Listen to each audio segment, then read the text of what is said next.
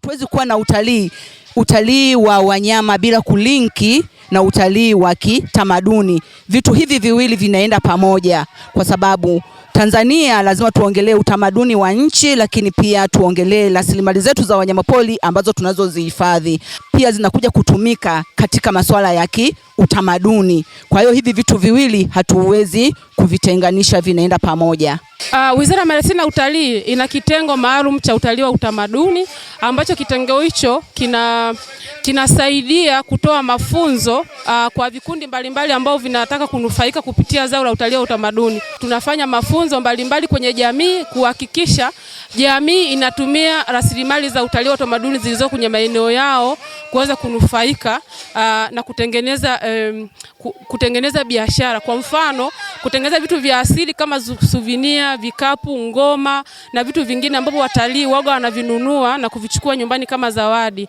Na vile vile watalii wanaweza kutembelea kwenye maeneo yao kuona maeneo ya vivutio vya utalii vilivyopo kwenye maeneo yao na wakajipatia kipato. Sisi kama Hifadhi ya Taifa Serengeti hatuko mbali sana na utalii wa kiutamaduni, kusapoti utalii wa kiutamaduni, kwa sababu tunatambua kwamba kupitia utalii wa kiutamaduni tunaongeza pato la taifa, lakini pia tunaongeza utamaduni kwa Watanzania, kwa utamaduni wa kutalii, lakini pia muda huo uzalendo unakuwa mkubwa wa kuwatambua hawa wanyama na manufaa yake, ili sisi wenyewe tuwe wadau wa kusitisha vitendo vya ujangili. Kupitia vikundi kama hivi, sisi kama hifadhi tunatoa mwanya wa kikundi kwenda kutumbuiza hifadhini bila tozo. Kwa hiyo kikundi kinaweza kaandika barua Hifadhi ya Taifa Serengeti kuomba kupita bila tozo zozote ili mkatumbuize.